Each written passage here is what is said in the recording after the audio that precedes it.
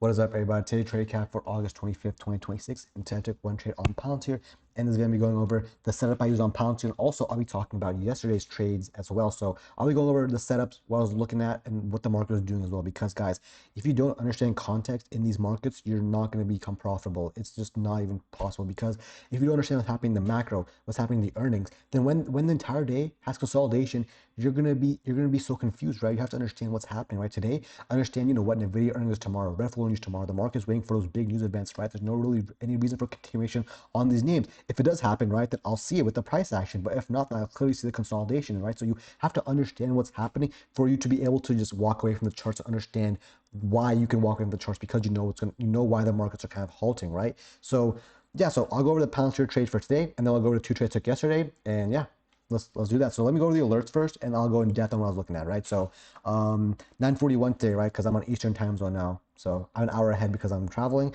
But yeah, Palantir calls 182.5 on watch.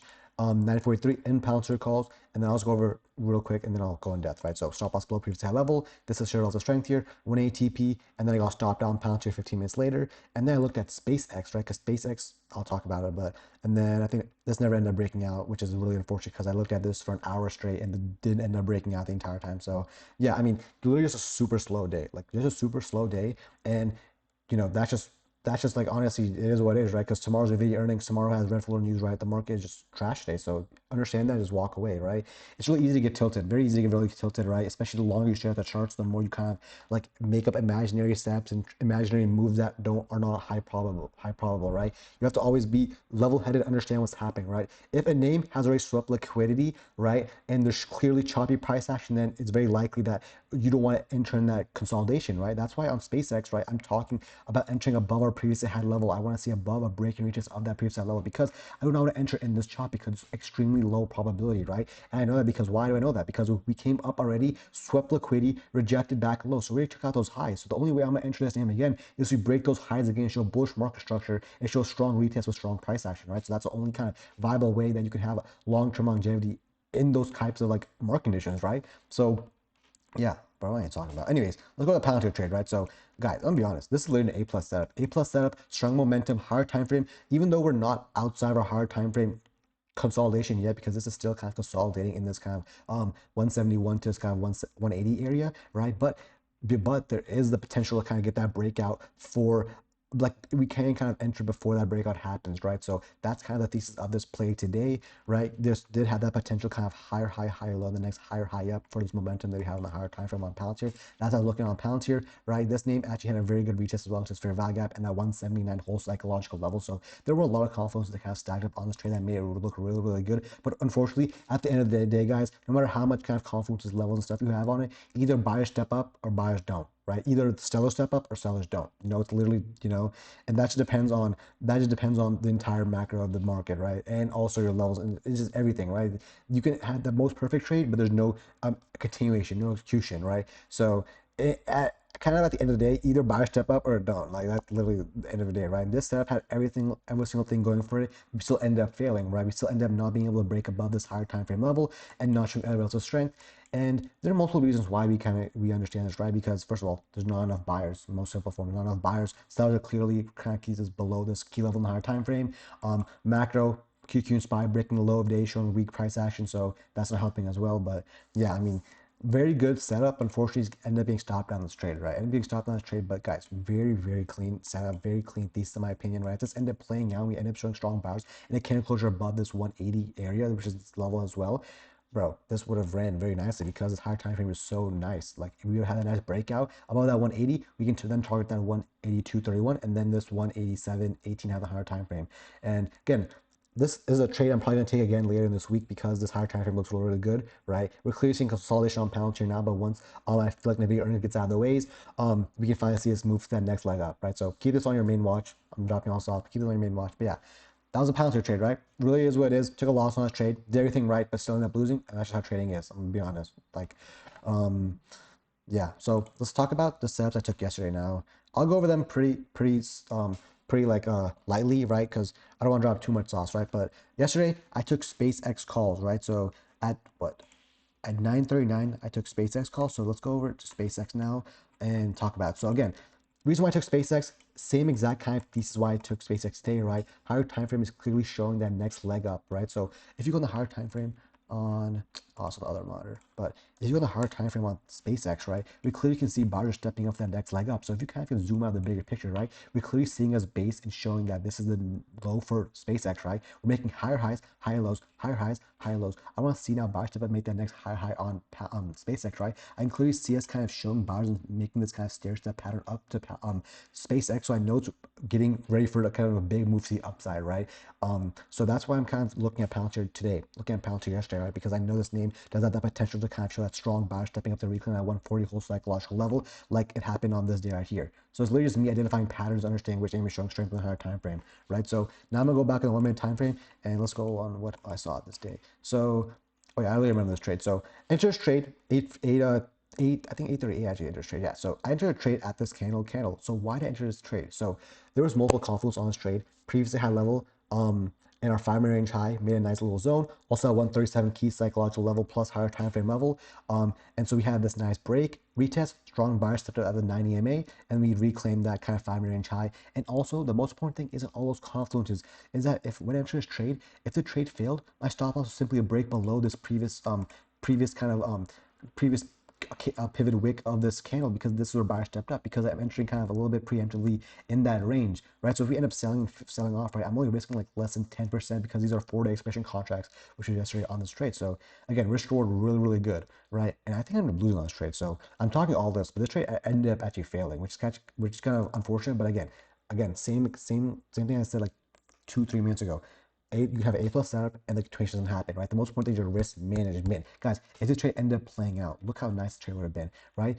I lost what, less than 10%, no, less than 50% on this trade. I would have gained over 40, 50, 60%, right? The trade probably would have printed even more with that breakout. So again, you understand you have to be taking those high quality steps and also having good risk reward, else you're just not going to make it long term, right? Like you don't see a lot of options traders make it past a couple of years because they go homeless, right? Like it's very easy to see if someone is making money or not trading if you just can see that they're making money over a long period of time, because you know you have to be locked in, right? Like there's no prop firm accounts on actually there is now, but like you got your 99.99% of people on option trading live accounts. So if you can show your like P&L, you can show the money, right? You're doing a long period of time, right? Then like that takes skill compared to prop firms where is a bunch of bullshit.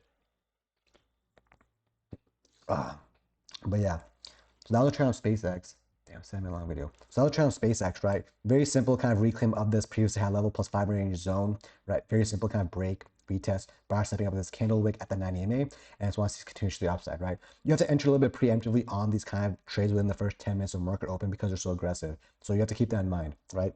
Now let's go over Tesla, right? So this one didn't even actually alert it, right? Because first of all, I'm on my MacBook, so you really can't alert shit. Second of all, I'm not an alerting type of guy. I'll do alerts, right? Just because I do love the game, but I'm not really here for alerts, right? I'm not here to teach. But anyways, I'll talk to you guys about what I saw on this Tesla trade real quick, right? So this was not really that crazy of a trade. It was a 50% scalp, but 0-day expiration, so it's nothing really impressive. But QQ reclaiming VWAP, names are showing buyers. I'm watching Tesla calls, right? So 1037, Tesla ended up showing a nice kind of V-shaped recovery, reclaiming above that VWAP. QQ SPY also reclaiming with VWAP again, showing buyers stepping up, right? Showing momentum, SPY, QQ showing momentum, and Tesla, especially out of other names, are showing momentum as well. So this name does look good. And also, there was some context on the hard time frame on Tesla where it was kind of showing a break and reaches on the hard time frame. So that's also something you have to keep an eye out for. So yeah, so that's literally the context on Tesla. And then the entry I literally just took was a break and reaches on that 137 or that 357. Actually, I don't even remember, to be honest. I think it was at 357 though. Let me check. I took it yesterday, so I'm be honest, I don't remember trades I take from the day before. What was it? Yeah, so literally just took I even have it marked. I just took a trade, simply just a retest of the 357, because my stop loss would just been a break below.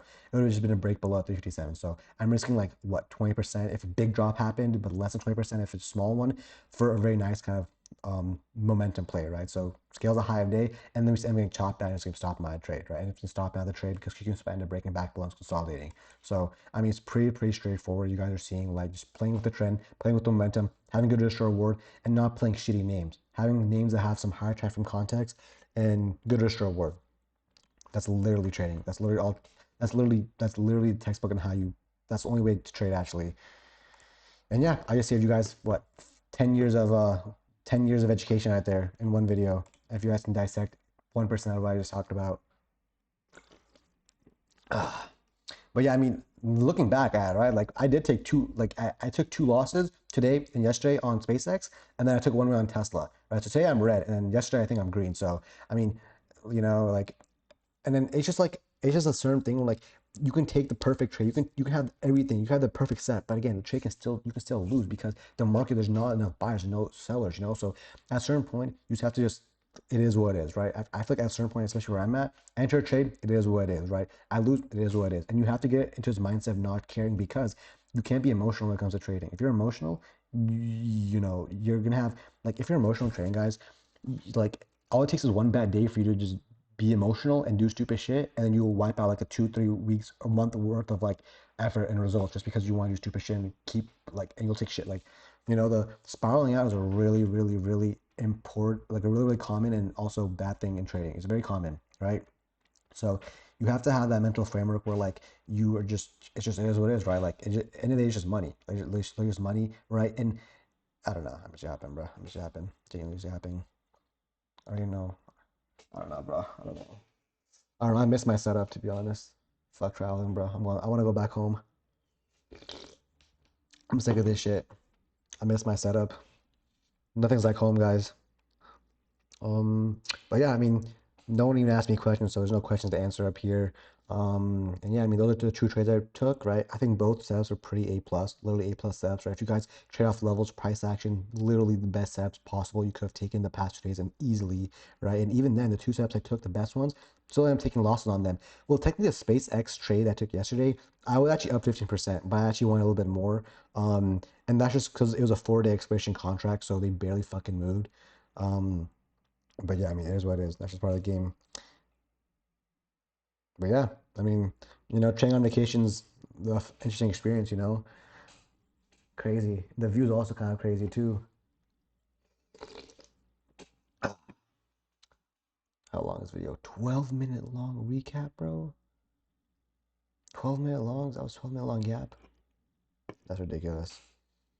Okay, let me just open up the Discord and just see if I missed anything. See if I missed anything. Yeah, I think that's pretty much it. Oh, and also this is a today, right?